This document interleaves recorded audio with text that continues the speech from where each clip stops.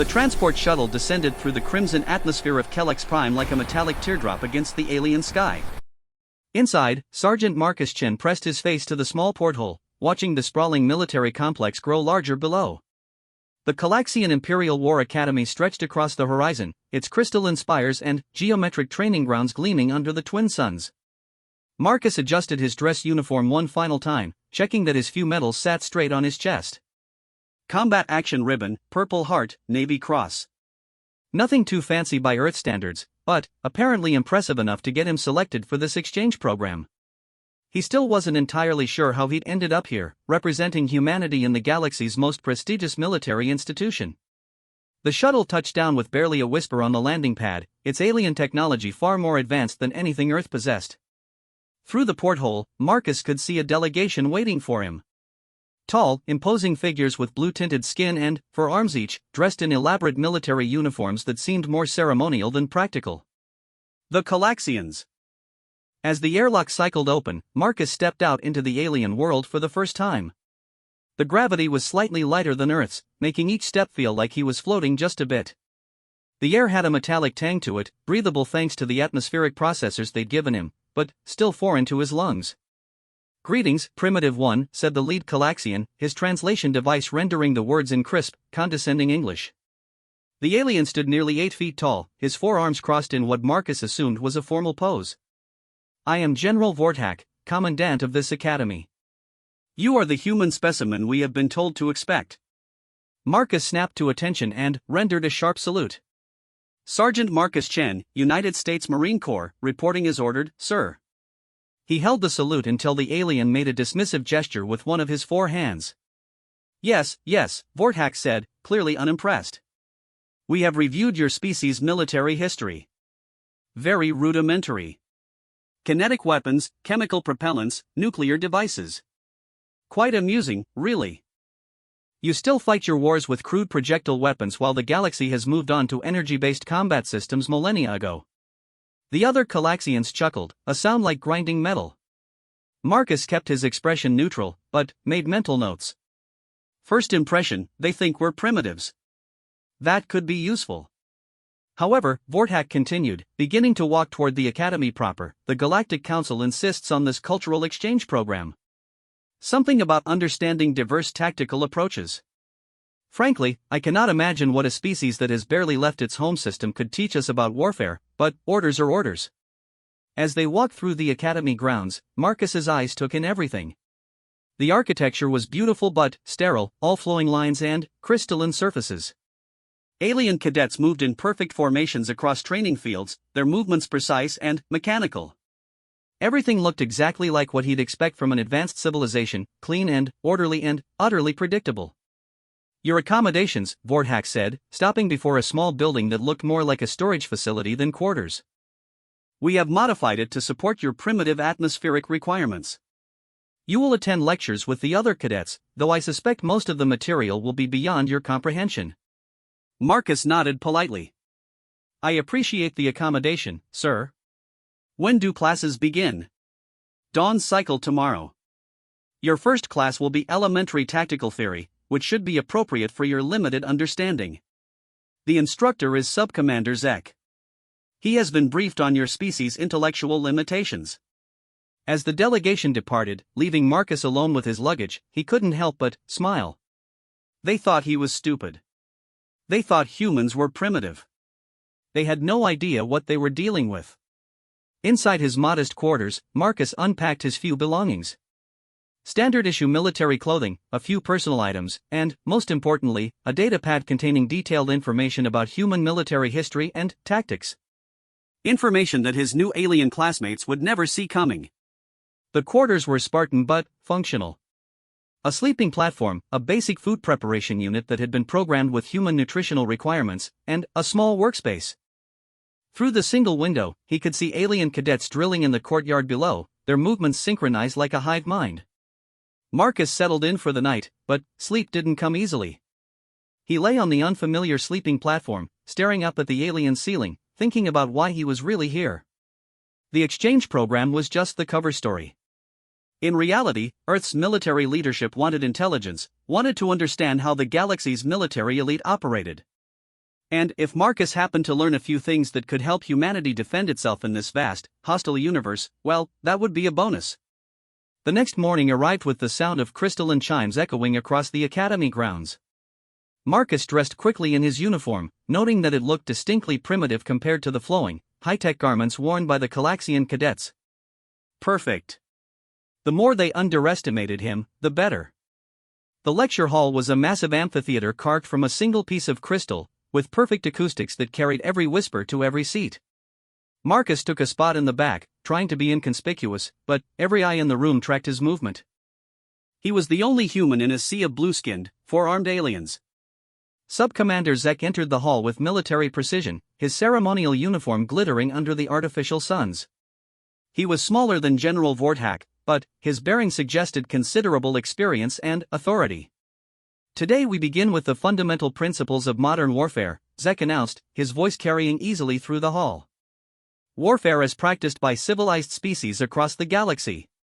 Energy-based weapons systems, force field deployment, orbital bombardment coordination. The tactics that have kept the peace among the great civilizations for over 3,000 years. Marcus listened intently as Zek outlined the basics of galactic military doctrine. Everything was about overwhelming technological superiority, precise formations, and rigid adherence to established protocols. Wars were won by whoever had the better energy shields and more powerful plasma cannons. Battles were fought at long range, with careful calculations and predetermined outcomes. The key to victory, Zek continued, is superior technology and precise execution of established tactical doctrine. Random behavior is the mark of primitive minds. Unpredictability is inefficiency. A properly trained military force should be able to calculate the outcome of any engagement before the first shot is fired. A cadet raised one of his four hands. Sub-Commander, what of the human military doctrine we have heard rumors about? Are there any lessons to be learned from primitive warfare? Zek's expression showed barely concealed amusement. The human military, such as it is, relies primarily on what they call improvisation and adaptive tactics. These are simply euphemisms for poor planning and inadequate technology. When you cannot predict the outcome of a battle through superior firepower and shielding, you resort to chaos and hope for the best. The class chuckled at this assessment, and Marcus felt his jaw tighten. But he forced himself to remain calm and take notes. Let them laugh. Let them think they understood. For example, Zek continued, pulling up a holographic display of a human military engagement, observe this primitive battle from their recent history. The humans face superior numbers and firepower, so what do? They split their forces, attack from multiple directions simultaneously, use terrain to mask their movements, and employ what they call combined arms tactics. Completely inefficient. They could have simply built better shields and more powerful weapons. Marcus watched the hologram with professional interest. The battle Zek was mocking was the Battle of Guadalcanal, a masterpiece of adaptive tactics and strategic brilliance. But, to these aliens, it just looked like chaos. The human military also places enormous emphasis on individual initiative, Zek said, his tone suggesting this was a particularly backward concept. They actually encourage their soldiers to deviate from established plans and make decisions independently. Can you imagine the chaos that would result if every soldier decided for himself how to conduct warfare? More chuckling from the class. Marcus made another note. As the lecture continued, Marcus began to understand something crucial about galactic military thinking. They had become so advanced, so technologically superior, that they had forgotten the basic principles of warfare that humanity still lived by. They fought their wars like mathematical equations, with predetermined inputs and expected outputs. They had never fought an enemy that refused to follow the rules. The class concluded with an assignment to analyze a famous galactic battle and identify the technological factors that determined the outcome. Marcus packed up his notes and headed for the door, but Sub-Commander Zek called out to him. Human, Zek said, a word. Marcus approached the instructor's platform. Yes, sir? I trust today's lecture was educational, even if much of it was beyond your current understanding. I wanted to personally assure you that we will make every effort to bring your tactical knowledge up to galactic standards, despite the considerable limitations of your species' military development. Thank you, sir, Marcus replied evenly. I'm looking forward to learning everything you can teach me. Excellent attitude, Zek said, clearly pleased with what he perceived as appropriate humility. Perhaps by the end of your stay here, you will understand why your species' approach to warfare is so primitive compared to civilized military doctrine. As Marcus left the lecture hall, he passed groups of Calaxian cadets discussing the day's lesson. He caught fragments of their conversations, aided by his translation device. "Did you see the human taking notes?" one cadet said. As if he could possibly understand advanced tactical theory. "I heard their species still uses chemical explosives in warfare," another replied. "Can you imagine? Mixing chemicals together and hoping for the right reaction instead of simply using controlled energy projection." "My father served in the border conflicts with the Zephyrians," a third cadet added. He said even the most primitive species they encountered had at least developed basic energy shields. The humans don't even have that. Marcus smiled to himself as he walked back to his quarters. They thought they knew everything about human warfare because they'd studied some historical battles and noted the obvious technological disadvantages. They had no idea about the psychology of human combat, the strategic thinking that had allowed his species to survive and thrive on a death world like Earth. They were about to learn. Back in his quarters, Marcus began planning his approach. He wouldn't challenge their assumptions directly, at least not yet. Instead, he would be the perfect student, asking innocent questions and making subtle observations. He would learn everything they could teach him about galactic military technology and tactics, while carefully introducing concepts they had never considered. And, when the time came for practical exercises, he would show them what a human marine could really do. Outside his window, the alien cadets continued their precise drills under the twin suns, unaware that everything they thought they knew about warfare was about to be turned upside down by a single primitive biped from a backwater planet called Earth. 3 weeks into his stay at the academy, Marcus had settled into a routine that perfectly balanced learning with observation. Each morning brought new lectures on advanced galactic warfare, and each evening found him in his quarters, carefully documenting everything he learned about Calaxian military doctrine, technology, and, most importantly, their blind spots.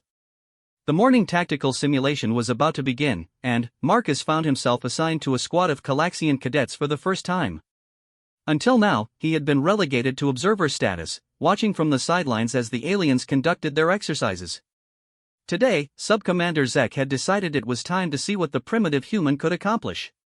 "Today's exercise is straightforward," Zek announced to the assembled cadets in the simulation chamber. "A standard urban pacification scenario. Your squad must capture and hold 3 strategic points in a simulated city environment. The enemy force is computer-controlled and will respond with typical resistance patterns." Marcus studied the holographic battlefield that materialized around them. The simulated city was laid out in a grid pattern, with clean streets, uniform buildings, and clear sight lines. It looked like a city designed by computers for computers, which, Marcus realized, it probably was. His squad leader was Cadet Thex 9, a tall Calaxian with the regulation attitude of superiority that Marcus had come to expect.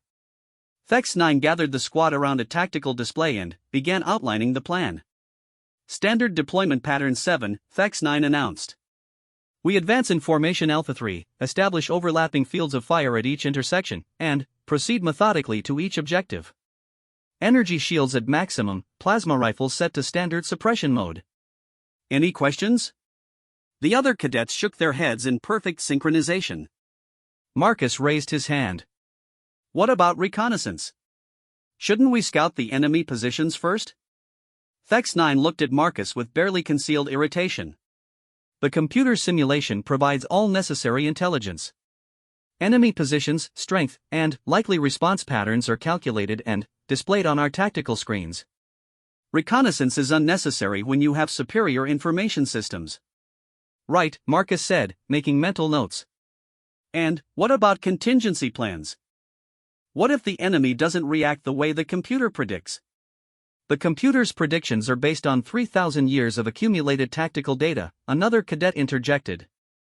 "The probability of unexpected behavior is less than 0.03%. Marcus nodded and said nothing more, but he was already seeing the weaknesses in their approach. They were fighting a simulation designed to validate their own tactical doctrine. The enemy AI would behave exactly as their theories predicted, reinforcing their belief that their way of warfare was the only logical way. The simulation began with the familiar chime of crystalline bells. The squad moved out in perfect formation, their energy shields shimmering around them like soap bubbles, their plasma rifles charged and ready. Marcus carried a simulated version of his usual equipment, an assault rifle that the Academy's computers had deemed charmingly primitive but functional enough for training purposes. They advanced down the main thoroughfare, maintaining precise intervals and covering all angles according to the doctrine Marcus had been studying. Everything proceeded exactly as Thex 9 had predicted. Enemy positions appeared where the tactical computer said they would be, and the alien cadets methodically suppressed them with coordinated plasma fire. Marcus found himself relegated to the rear of the formation, essentially a protected observer.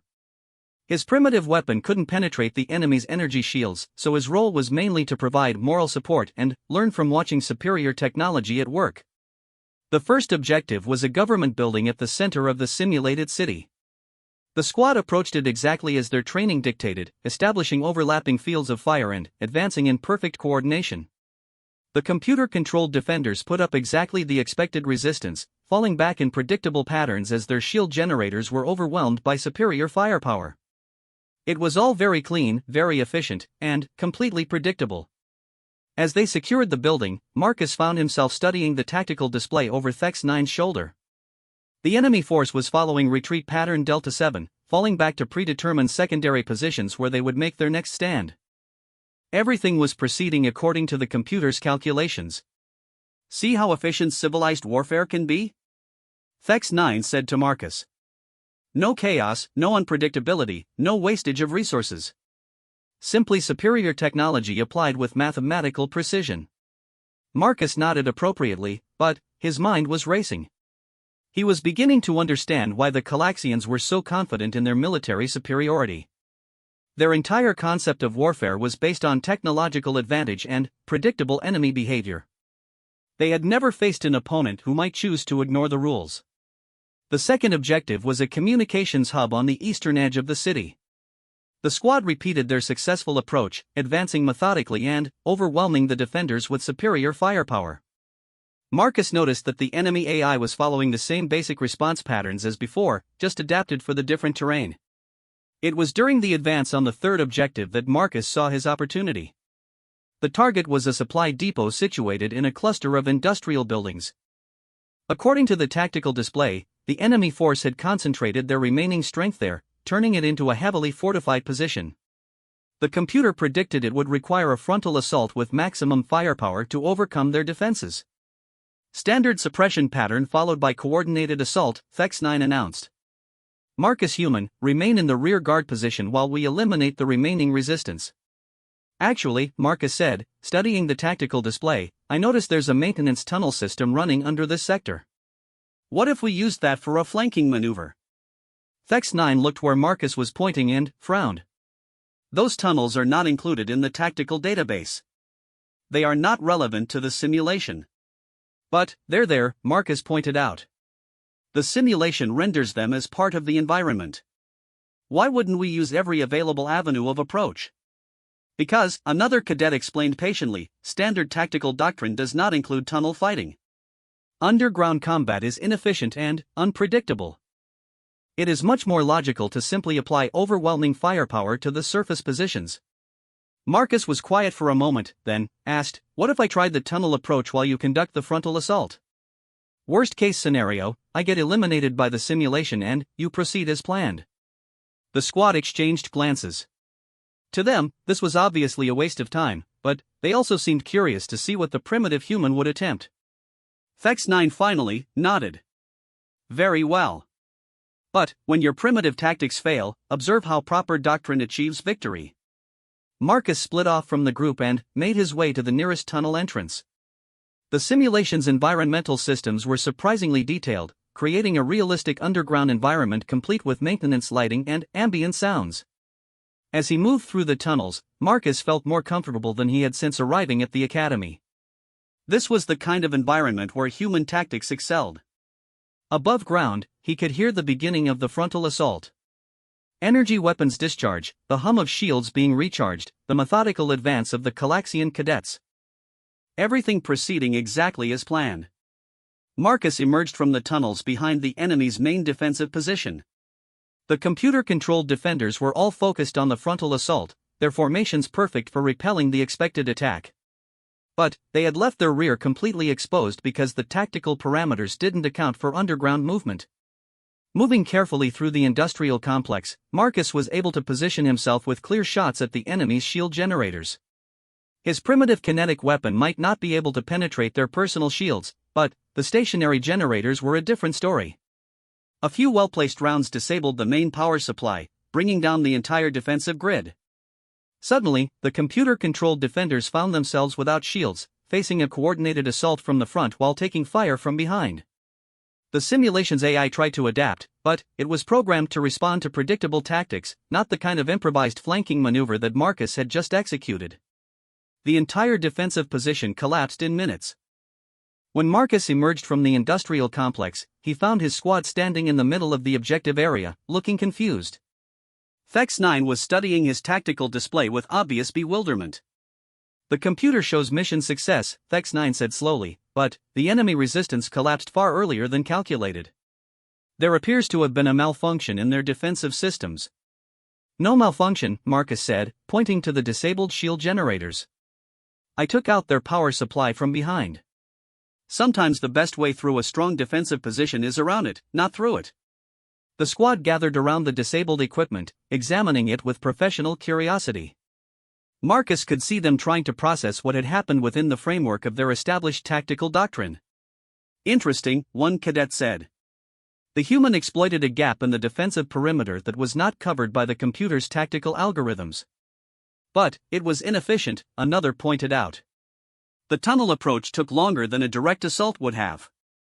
"Only because you had to wait for me," Marcus replied. "If the entire squad had used the tunnels, we could have hit all their positions simultaneously from behind. The whole objective would have been secured in half the time with minimal casualties." Thex9 was quiet for a long moment, studying the tactical replay on his display. Finally, he looked at Marcus with something that might have been respect. "Your approach was unorthodox, but effective." As they returned to the academy proper, Marcus found himself the subject of considerable attention from his fellow cadets. Word of the unusual human tactics had spread quickly through the student body, and he could hear whispered conversations following him through the corridors. That evening, Marcus was summoned to Sub-Commander Zek's office. The instructor was reviewing the simulation data when Marcus entered, his forearms manipulating multiple displays simultaneously. "Cadet Marcus," Zek said without looking up, "your performance in today's simulation has generated considerable discussion among the faculty." "I hope I didn't break any rules, sir," Marcus replied diplomatically. "No rules were broken," Zek acknowledged. "But your tactical approach was highly irregular. Using infrastructure elements not included in the standard tactical database, approaching objectives from unexpected vectors, exploiting vulnerabilities that the simulation's AI was not programmed to defend against." Marcus waited for the inevitable criticism, but, instead, Zek leaned back in his chair and studied the human with obvious curiosity. "Tell me," Zek said, "is this typical of human military doctrine?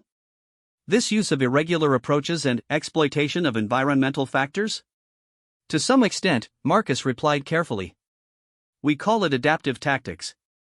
Using whatever resources and opportunities are available to accomplish the mission." "And this is taught in your military academies?" Marcus thought about boot camp, about the endless exercises designed to push Marines beyond their limits and force them to find new solutions to impossible problems. About instructors who would change the rules mid-exercise just to see how the recruits would adapt. "Yes, sir.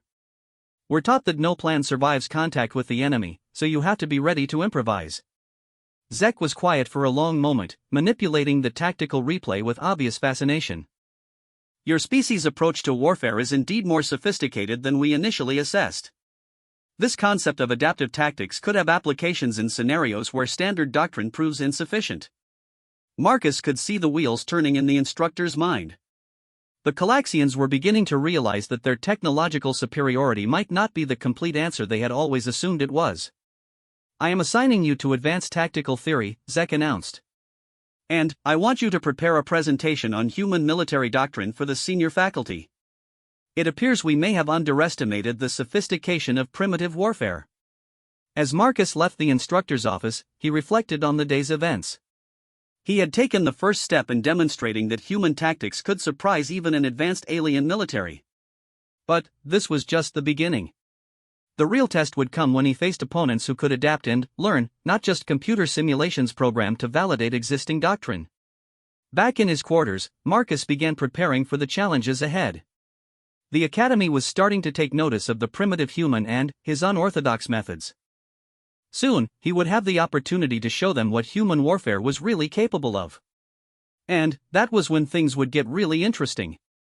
The Advanced Tactical Theory classroom was smaller than the basic lecture halls, designed for the Academy's most promising cadets.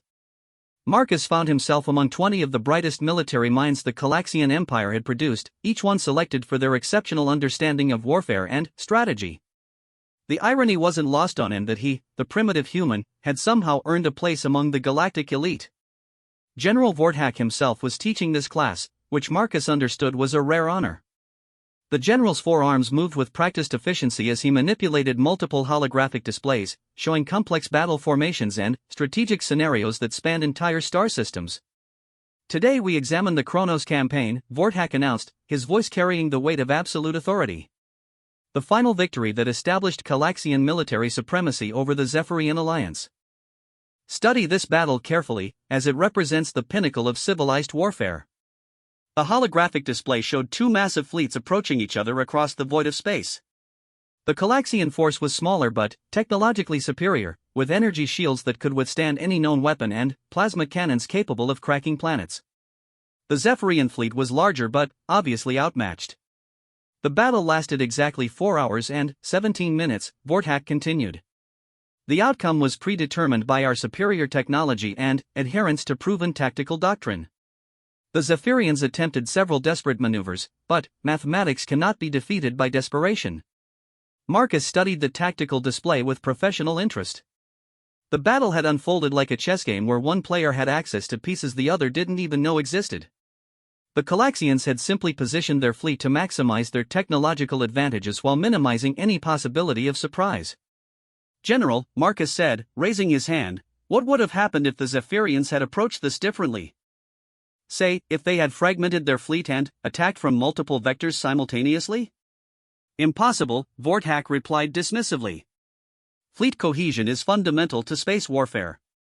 Fragmenting your forces only ensures that each fragment can be defeated individually." The Zephyrians understood this basic principle. But what if they had been willing to accept heavy losses in exchange for getting some of their ships close enough to use short-range weapons? Marcus pressed. "Suicide attacks, ramming attacks, that sort of thing?" The class stirred uncomfortably at the suggestion. Several cadets exchanged glances that Marcus had learned to recognize as the alien equivalent of distaste. "Cadet Marcus," General Vorthak said slowly, "you are describing tactics that violate the fundamental principles of civilized warfare. No rational military force would deliberately sacrifice valuable assets and trained personnel for marginal tactical gains. Even if those marginal gains could win the battle?" Marcus asked. "There can be no victory worth such a cost," another cadet interjected. "What you describe is not warfare, it is madness." Marcus nodded as if accepting their point, but made careful mental notes. The Calaxians had never faced an enemy willing to embrace what they considered unacceptable losses. Their entire strategic framework was built around the assumption that all opponents would follow rational, predictable patterns of behavior. They had never fought humans. The class continued with detailed analysis of the Kronos campaign's tactical brilliance. Marcus listened and learned, but part of his mind was already working on a different problem. How could he demonstrate the effectiveness of human tactics in a way that these aliens would be forced to acknowledge? His opportunity came sooner than expected. Next week, General Vorthak announced as the class was ending, "We will conduct the annual War College Championship. Each cadet will command a simulated fleet in a tournament-style competition.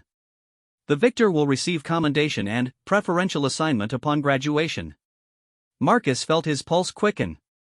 A fleet combat simulation where he could finally demonstrate human tactical principles against thinking opponents instead of predictable computer algorithms. "General," Marcus said, "would it be possible for me to participate?" "I understand I'm only an exchange student, but absolutely not," Vorthak interrupted. "This competition is for advanced cadets who have mastered the principles of civilized warfare. Your presence would be inappropriate and, potentially disruptive. But, Marcus noticed that several of the Calaxian cadets were exchanging meaningful looks. One of them, a particularly arrogant individual named Keth Prime, stepped forward. Actually, General, I think it might be educational to include the human, Keth Prime said with a predatory smile. It would demonstrate the superiority of proper tactical doctrine over primitive approaches. Consider it a learning opportunity for all involved. The other cadets murmured agreement. Marcus realized they saw this as an opportunity to publicly humiliate the upstart human and his unorthodox methods. Perfect. General Vortak considered this for a moment, then nodded slowly. Very well. But, understand, Cadet Marcus, that this is a serious competition. You will be expected to conduct yourself according to the rules of civilized warfare. Of course, General, Marcus replied. I'll do my best to represent human tactical thinking appropriately. Over the next week, Marcus threw himself into studying galactic fleet combat doctrine. The technology was incredibly advanced, with capabilities that Earth's military could only dream of, but the tactical principles were surprisingly limited. Everything was built around the concept of technological superiority and predictable engagement patterns. The Calaxians fought their space battles like mathematical equations. Fleet formations were designed for maximum efficiency, with overlapping fields of fire and coordinated shield matrices. Battles were won by whoever could bring the most advanced technology to bear in the most efficient manner possible. It was exactly the kind of rigid, predictable approach that human tactics were designed to exploit. The tournament began on a crisp morning under Kellex Prime's twin suns. The simulation chamber had been configured for fleet combat, with holographic displays showing the positions of dozens of ships across a three-dimensional battlefield. Each cadet commanded from an individual control station, with full tactical displays and communication systems. Marcus found himself assigned to the smallest and least advanced fleet in the simulation, which was probably intended as a handicap. His ships were older designs with weaker shields and less powerful weapons. In a conventional engagement, he would be hopelessly outmatched by any of his opponents.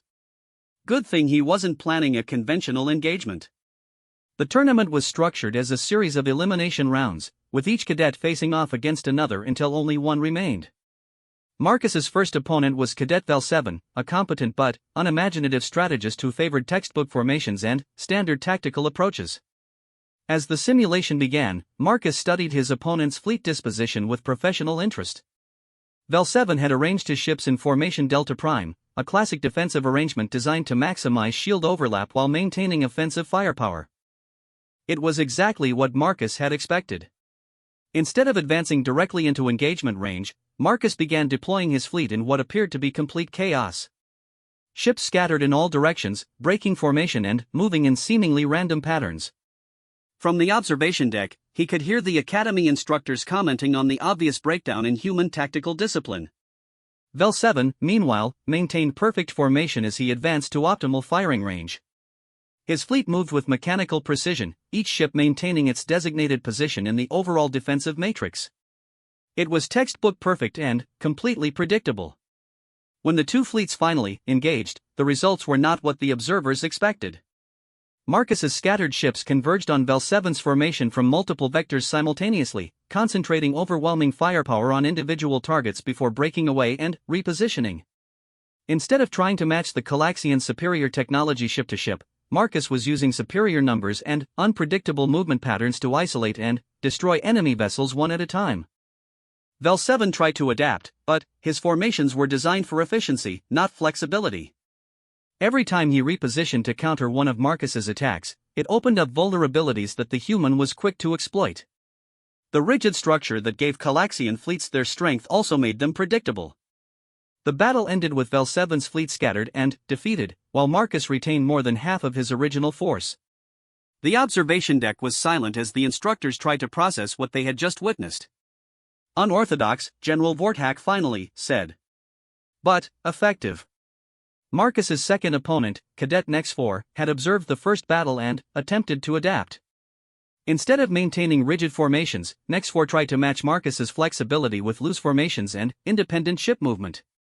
It was a reasonable adaptation, but it played directly into human tactical strengths. The key to human warfare wasn't just flexibility, it was the ability to coordinate flexible elements in pursuit of larger strategic objectives. While Next Force ships moved independently, they lacked the cohesive strategic purpose that made human tactics effective. Marcus demonstrated this by using his scattered formations to drive Next Force fleet toward a carefully prepared trap. What looked like chaotic positioning was actually a complex envelopment maneuver, with each element of Marcus's fleet playing a specific role in herding the enemy into an untenable position. When the trap was sprung, Next Force's dispersed fleet found itself caught in overlapping crossfires with no unified response capability. The battle was over in minutes. By the time Marcus reached the finals, word of his unusual victories had spread throughout the academy. The observation deck was packed with instructors and cadets, all eager to see whether the primitive human could continue his unlikely success against the tournament's most formidable competitor. Keth Prime had reached the finals through a series of devastating victories that showcased everything admirable about Calaxian military doctrine. His tactics were flawless, his formations perfect, his use of technology brilliant. He commanded the most advanced fleet in the simulation and had the strategic acumen to use it effectively. He was also exactly the kind of opponent that human tactics were designed to defeat. As the final battle began, Marcus studied Keth Prime's fleet with the same professional attention he had given the others. The Calaxian had learned from Marcus's previous battles and deployed his forces in a flexible formation designed to counter multiple attack vectors. It was an intelligent adaptation that showed real tactical thinking. But it was still fundamentally predictable. Instead of scattering his fleet as he had in previous battles, Marcus concentrated his forces in what appeared to be a conventional formation. He advanced directly toward Keth Prime's position, seemingly abandoning the unorthodox tactics that had brought him this far. Keth Prime responded exactly as Marcus had hoped, repositioning his superior fleet to maximize their technological advantages in a direct engagement. The alien ships moved with perfect coordination, establishing overlapping fields of fire and preparing to demonstrate the superiority of advanced technology over primitive tactics. But, at the last moment, Marcus revealed his true strategy. What had appeared to be a conventional assault formation suddenly fragmented into a coordinated multi-vector attack, with elements of his fleet emerging from unexpected positions to strike at carefully selected targets. But this wasn't the chaotic swarm tactics he had used before. This was something far more sophisticated. Marcus had spent the entire tournament teaching his opponents to expect certain patterns from human tactics. Now he was using their expectations against them, deploying a strategy that combined the best elements of both human adaptability and Calaxian coordination. Keth Prime tried to respond, but his fleet was positioned for the battle Marcus had appeared to offer, not the one he was actually fighting. By the time the Calaxian realized what was happening, key elements of his formation were already under assault from directions they couldn't effectively cover. The final battle lasted longer than any of Marcus's previous engagements, with both commanders adapting and counter-adapting as the situation evolved. But, in the end, human tactical flexibility proved superior to technological advantage, and Keth Prime's fleet was forced to surrender with honor. The observation deck erupted in discussion as the instructors tried to understand what they had just witnessed. Marcus had not only won the tournament, he had done so using principles that challenged everything they thought they knew about military strategy. General Vorthak descended from the observation deck to the simulation floor, his expression unreadable. The entire academy seemed to hold its breath as he approached Marcus's control station. "Cadet Marcus," Vorthak said formally, "you have achieved victory through tactics that appear to violate several fundamental principles of civilized warfare. Your formations were inefficient, your strategies unpredictable, and your resource allocation suboptimal." Marcus waited for the inevitable criticism, but, instead, the general's expression shifted to something approaching respect. "And, yet," Vorthak continued, "you achieved decisive victory against superior forces through superior strategy. This suggests that our understanding of warfare may be more limited than we previously believed." The Academy had just witnessed something unprecedented. Their most advanced tactical theories had been defeated by a primitive human using methods they barely understood. The implications were staggering, and Marcus could see the faculty beginning to grapple with questions that had never occurred to them before. What other assumptions about warfare might be wrong? What other tactical principles might they have overlooked in their pursuit of technological superiority? And, most importantly, what could they learn from this unexpected challenge to their military doctrine? As Marcus left the simulation chamber, surrounded by alien cadets eager to understand his methods, he realized that he had accomplished more than just winning a tournament. He had forced an entire military establishment to question their most fundamental beliefs about warfare. And that was only the beginning of what a single human Marine could achieve. Word of Marcus's victory in the War College Championship had spread far beyond the confines of the academy. Within days of the tournament, delegations from across the Calaxian Empire were arriving to observe the human who had revolutionized their understanding of military tactics. Marcus found himself the subject of intense scrutiny from military officials, strategic planners, and even representatives from the Galactic Council itself. But it was the arrival of Admiral Zek Prime that truly signaled how seriously the Calaxian hierarchy was taking these developments. The Admiral was a legend within the Empire's military, having commanded fleets in 3 major campaigns and never suffered a single defeat. His strategic genius was considered the pinnacle of civilized warfare, and his presence at the Academy was unprecedented. Marcus was summoned to a private meeting with the Admiral in General Vortak's office. As he entered the room, he found himself face to face with the most intimidating alien he had yet encountered. Admiral Zek Prime stood nearly 9 feet tall, his forearms adorned with battle honors that represented decades of successful campaigns. His eyes held the sharp intelligence of a mind that had mastered warfare on a galactic scale. "So," the Admiral said without preamble, "you are the human who has been teaching our cadets that their understanding of warfare is incomplete." "I've been sharing human tactical principles, yes sir," Marcus replied carefully. "Though I would say I've been learning far more than I've been teaching." Admiral Zek Prime studied Marcus with the attention of a predator evaluating potential prey. "Your recent victory was impressive, but it was against cadets, not seasoned military commanders. Theory and practice are very different things." Marcus sensed where this was leading. "Yes sir, they are. Which is why," the Admiral continued, "I am proposing a more comprehensive test of your tactical abilities. A wargame scenario that will pit your human strategies against the full might of Calaxian military doctrine. Not a simulation this time, but a real field exercise using actual military units." General Vortak leaned forward, his expression showing concern. "Admiral, surely such an exercise would be excessive. The human has demonstrated interesting tactical concepts, but to deploy actual military forces is exactly what we need to properly evaluate these new approaches," Zek Prime interrupted. "If human tactics are truly superior to our established doctrine, then we need to understand them completely. And if they are simply novelties that work only in controlled scenarios, then we need to know that as well." Marcus felt his pulse quicken. This was beyond anything he had expected when he first arrived at the Academy. A real military exercise with actual troops and equipment, pitting human tactics against the finest military force the galaxy had ever produced.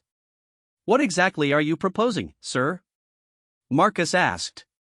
"A planetary defense scenario," the Admiral replied, activating a holographic display that showed a detailed map of a military training world.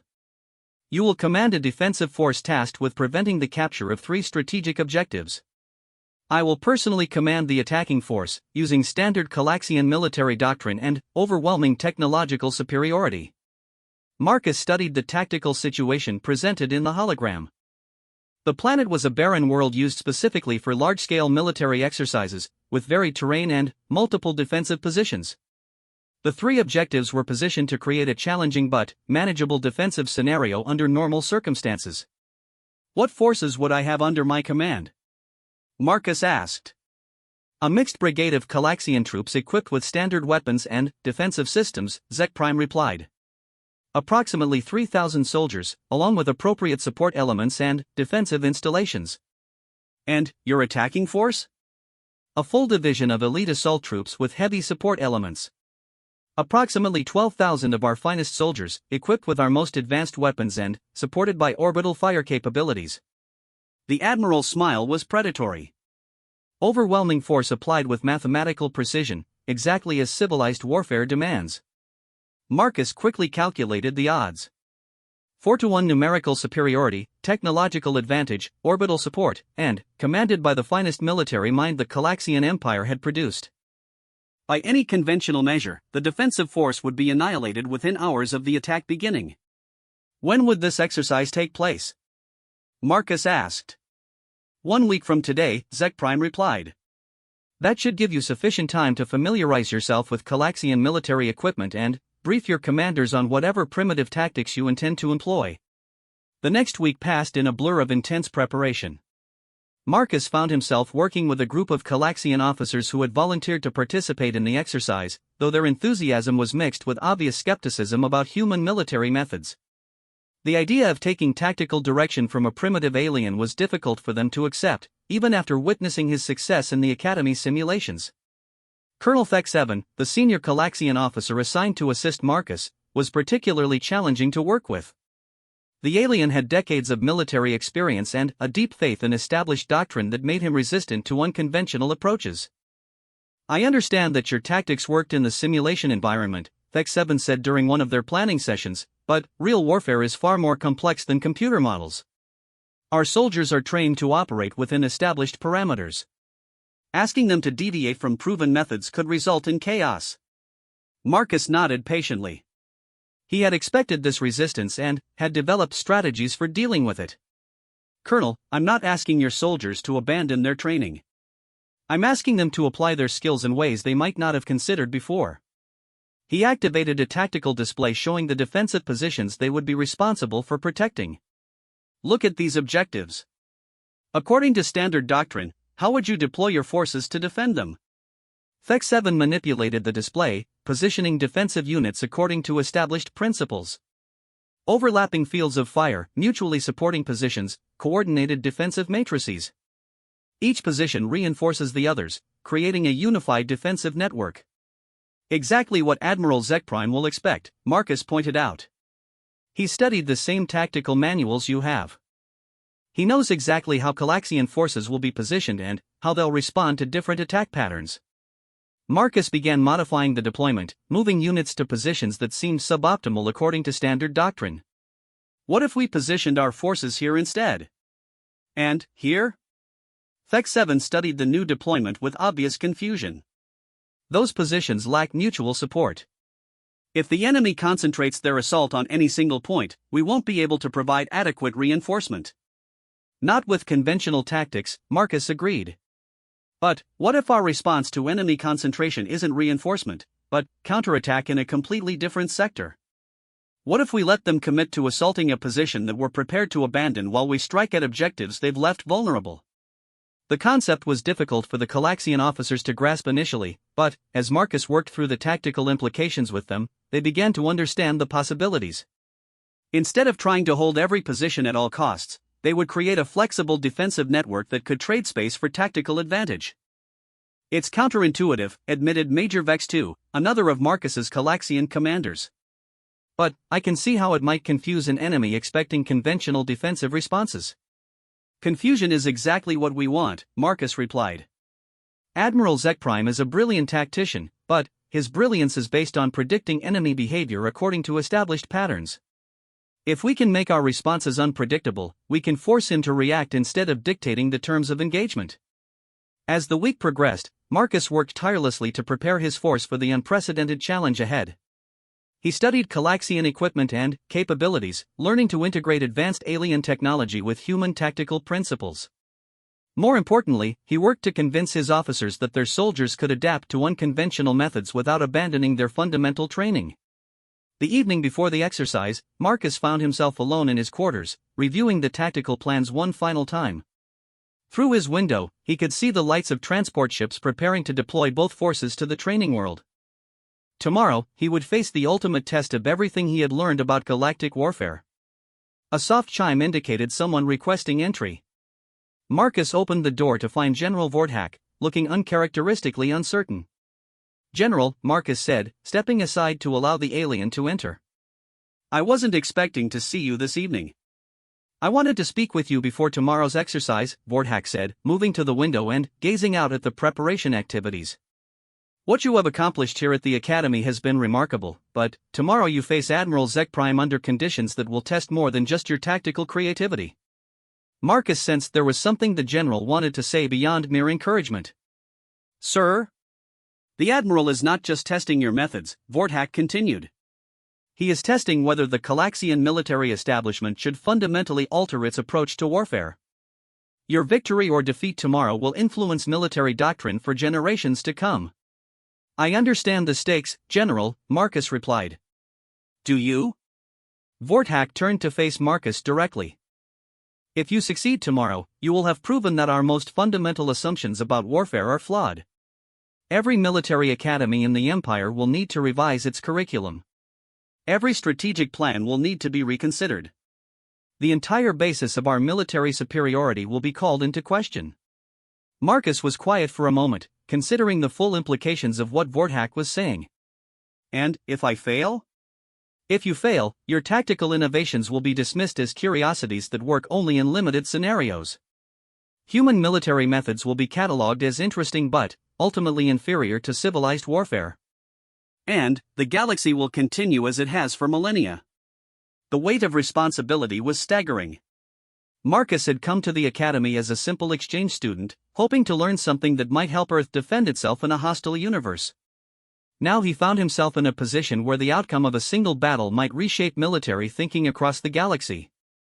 General, Marcus said finally, regardless of what happens tomorrow, I want you to know that I've learned more here than I ever expected.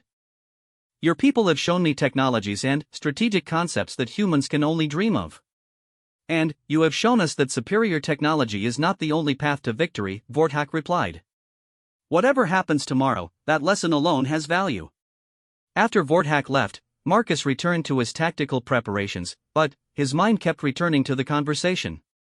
The general was right about the stakes involved.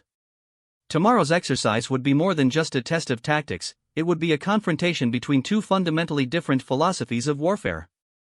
The Calaxian approach was built on the foundation of technological superiority and mathematical precision. Their entire military structure was designed around the assumption that the side with better equipment and more advanced technology would inevitably prevail. It was logical, efficient, and had worked for thousands of years. But human warfare was based on different assumptions entirely. Humans had learned to fight on a world where survival meant adapting to constantly changing conditions, where technological superiority was rare and victory often went to whoever could improvise the most effective response to unexpected challenges. Tomorrow, these two philosophies would clash under conditions that would test their fundamental validity. Marcus would either demonstrate that human adaptability could overcome even overwhelming technological advantages, or he would prove that advanced civilizations had evolved beyond the need for such primitive tactics.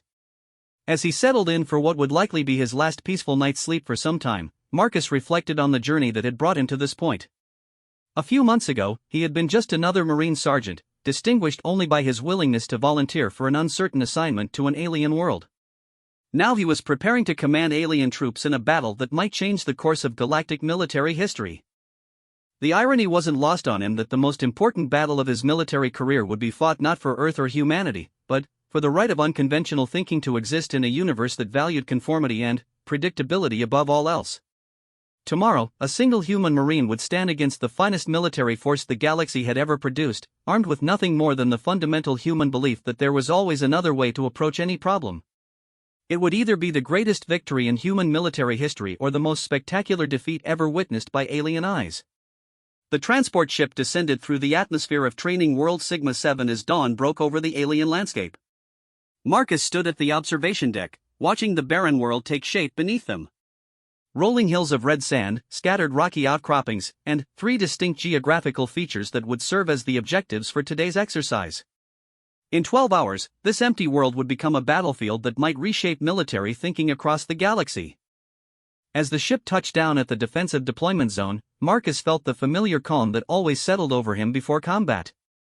Real or simulated, battle held no mysteries for a Marine who had faced enemy fire on 3 continents. The technology might be alien, but the fundamental principles of warfare remained constant: move fast, hit hard, and always have a backup plan. Colonel Thek-7 was waiting at the landing pad with the command staff, his forearms managing multiple data displays as final preparations proceeded. Despite his initial skepticism about human tactics, the Calaxian officer had proven himself adaptable and professional during the week of preparation. Status report, Colonel, Marcus said as he joined the command group. All units deployed and in position, Thek-7 replied. Though I must admit, our defensive positions still look dangerously exposed according to conventional analysis. Marcus nodded, studying the tactical display that showed their forces scattered across the planetary surface in what appeared to be a completely inadequate defensive network. To any observer familiar with standard Calaxian doctrine, it looked like a recipe for disaster. "That's exactly what we want Admiral Zekprime to think," Marcus said. "Remember, our greatest advantage is that he expects us to fight like Calaxians. Every decision he makes will be based on predicting how a conventional force would respond to his attacks." The three objectives were positioned in a rough triangle across the planet's main continent. Objective Alpha was a communications complex situated on a hill overlooking a broad valley. Objective Beta was a supply depot located in a narrow canyon between two mountain ranges. Objective Charlie was a command center built into a rocky plateau that offered excellent defensive positions. According to the exercise parameters, Admiral Zekprime's force would win by capturing and holding any two of the three objectives for more than 30 minutes. Marcus's force would win by preventing this outcome for a full planetary day cycle, approximately 26 standard hours. "Incoming transmission from Admiral Zekprime," reported Communications Officer Lex 4. "He's requesting a pre-battle conference as per military courtesy." Marcus accepted the transmission, and a holographic image of the imposing admiral appeared in their command center. Even as a projection, Zekprime's presence was intimidating, his forearms adorned with battle honors and his expression radiating absolute confidence. "Human Commander," the Admiral said formally, "I salute you for accepting this challenge. You have shown impressive tactical creativity in academic scenarios, and I am curious to see how those methods perform under actual battlefield conditions." "Thank you, Admiral," Marcus replied. "I'm honored to face someone of your reputation and experience." "Indeed.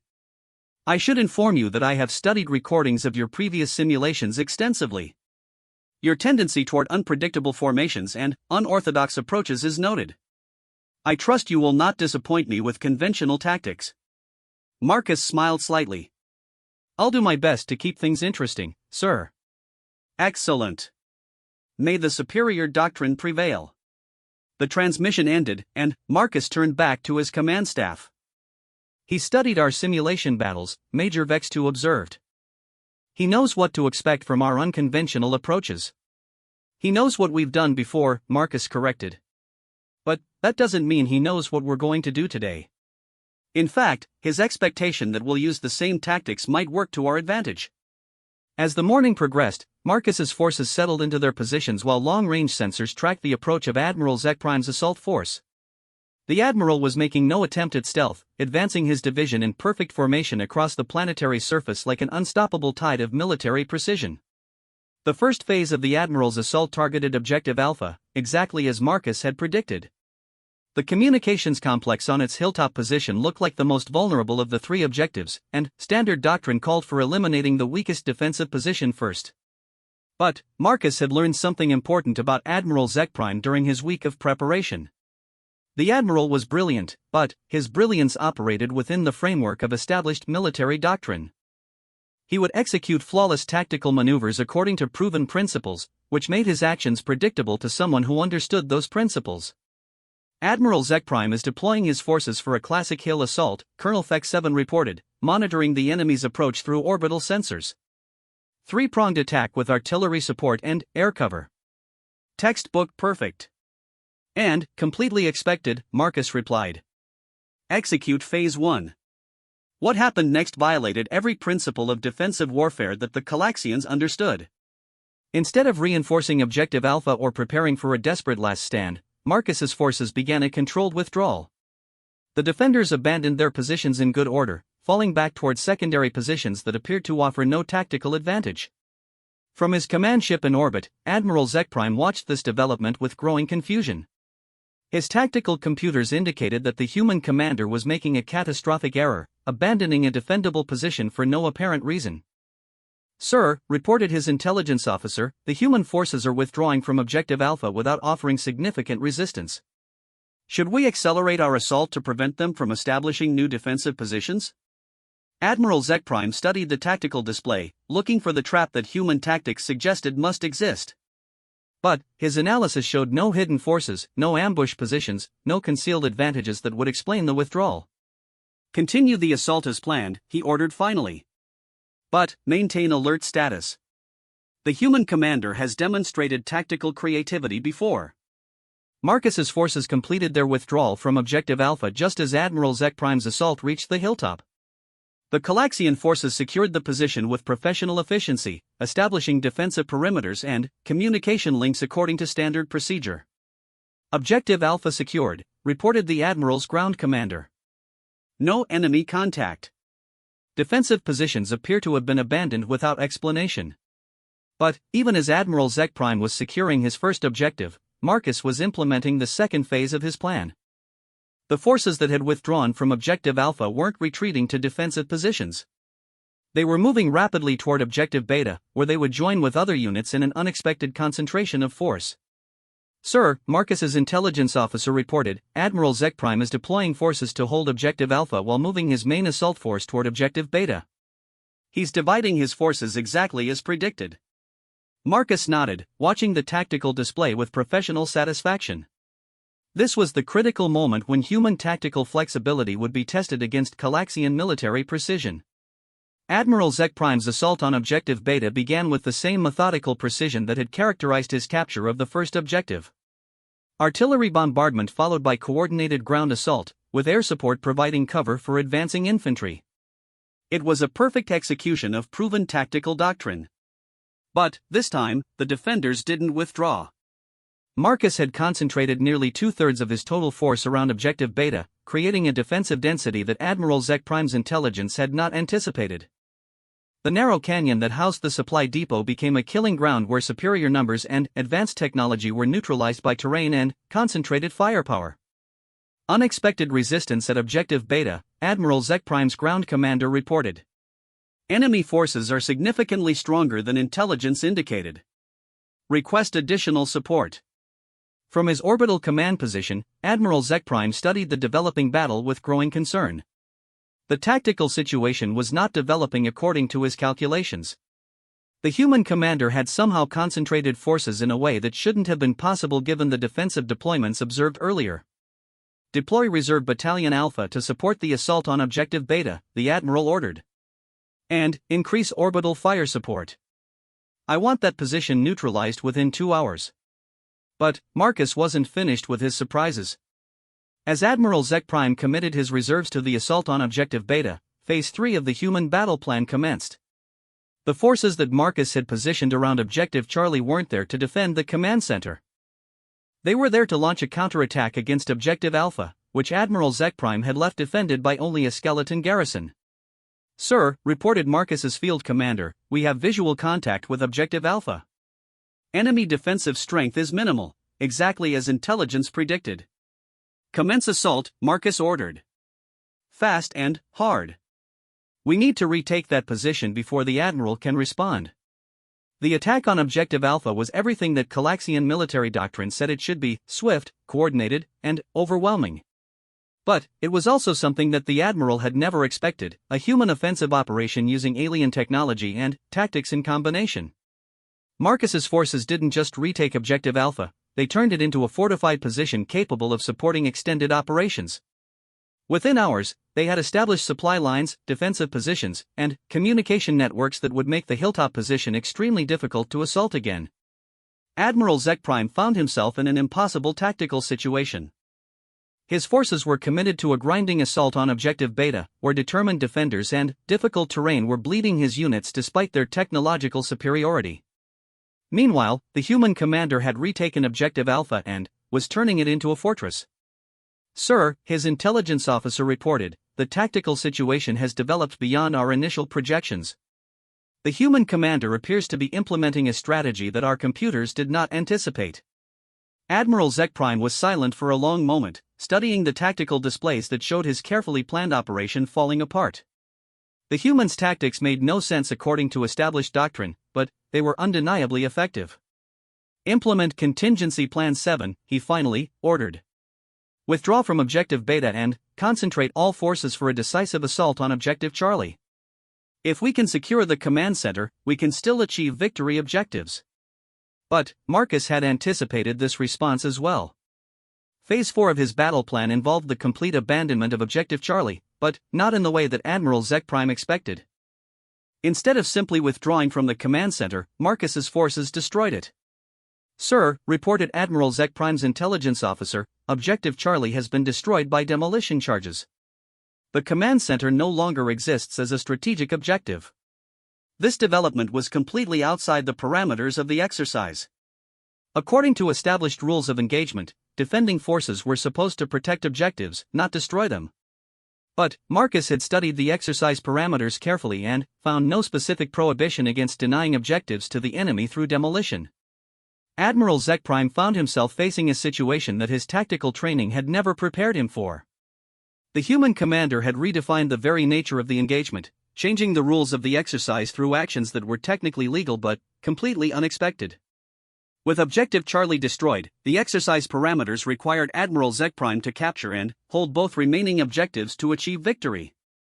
But Objective Alpha was now heavily fortified and defended by concentrated human forces, while Objective Beta remained a grinding battle of attrition in terrain that favored the defenders. "Sir," his ground commander reported, "our assault on Objective Beta has stalled.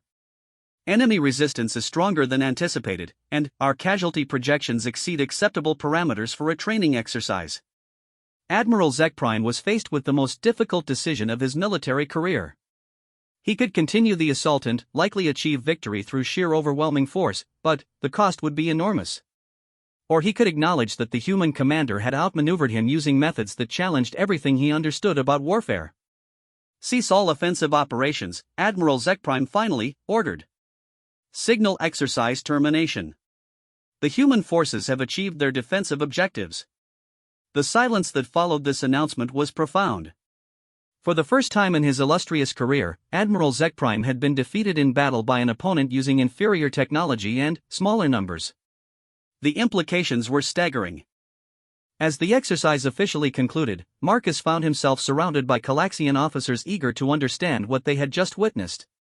The human had not just won a military exercise, he had demonstrated that their entire approach to warfare might be fundamentally flawed. General Vorthak arrived on the planet within hours of the exercise's conclusion, along with representatives from the Galactic Council and military observers from across the Empire. Marcus found himself the center of attention as everyone tried to understand how he had achieved the impossible. "Your tactical approach violated numerous principles of established military doctrine," Admiral Zek Prime said during the post-exercise debriefing. "But it was undeniably effective. You forced me to react to situations I had never anticipated, using methods I had never encountered." "Thank you, sir," Marcus replied. "But I should point out that I was using the same basic principles that my own military teaches. Adaptation, improvisation, and the willingness to accept calculated risks in pursuit of strategic objectives. These concepts are foreign to our military tradition," General Vorthak observed. "We have always relied on technological superiority and precise execution of proven tactics. The idea of deliberately embracing unpredictability is difficult for us to comprehend." Marcus looked around the room at the assembled alien officers, seeing the beginning of a fundamental shift in their understanding of warfare. "With respect, General, unpredictability isn't chaos. It's simply the willingness to change your approach when circumstances require it. Any military force that can't adapt to unexpected situations is vulnerable to an enemy that can." Over the following days, Marcus found himself lecturing to military audiences across the Empire. His victory over Admiral Zek Prime had sent shockwaves through the galactic military establishment, forcing a complete re-evaluation of strategic doctrine that had remained unchanged for millennia. But perhaps the most significant development was the request that came directly from the Galactic Council itself. "The Council wishes to extend an offer," General Vorthak explained during their final meeting. "A permanent position as strategic advisor for unconventional warfare. You would work with military academies throughout the galaxy, teaching the principles you have demonstrated here." Marcus was quiet for a long moment, considering the offer. To remain here, working with the most advanced military forces in the galaxy, developing new tactical doctrines that could reshape warfare across countless worlds. But his duty was to Earth and to humanity, which was just beginning to take its first tentative steps into the larger universe. "I'm honored by the offer," Marcus said finally, "but my place is with my own people. They need to know what I've learned here, and they need to be prepared for the challenges ahead." "I understand," Vorthak replied. "But know that you will always be welcome here. You have changed us in ways we are only beginning to understand." As Marcus prepared for his journey back to Earth, he reflected on what he had accomplished during his time at the Academy. He had come here as a simple exchange student and was leaving as the individual who had revolutionized galactic military thinking. But, more importantly, he was returning with knowledge that could help humanity defend itself in a universe full of potential threats. The Calaxians and their allies were not hostile, but there were other powers in the galaxy that might not be so benevolent. The transport ship lifted off from Calax Prime as the twin suns were setting, carrying Marcus back toward the small blue world on the edge of the galaxy. But the ripple effects of his time at the Academy would continue long after his departure. Throughout the Empire and beyond, military academies were already beginning to revise their curricula. New training programs were being developed to teach flexibility and adaptation. The rigid certainties that had defined galactic warfare for thousands of years were giving way to a new understanding that embraced uncertainty and change. And, at the center of it all was the memory of a single human Marine who had proven that sometimes, the most powerful weapon in any military's arsenal was simply the willingness to think differently. The galaxy would never be the same again, and neither would the concept of what it meant to achieve victory against impossible odds. Marcus Chen had shown them all that there was always another way, always another approach, and always another chance to turn defeat into victory through the simple refusal to accept that anything was truly impossible. As Earth grew larger in the viewscreen, Marcus began planning his report to military command. He had much to tell them about galactic technology and alien military capabilities. But, most importantly, he had confirmation of something that every human warrior had always known deep in their hearts. Superior technology and overwhelming numbers meant nothing in the face of superior will and adaptive thinking. The galaxy was vast and full of wonders, but humanity had nothing to fear from any challenge it might present. After all, they had Marines.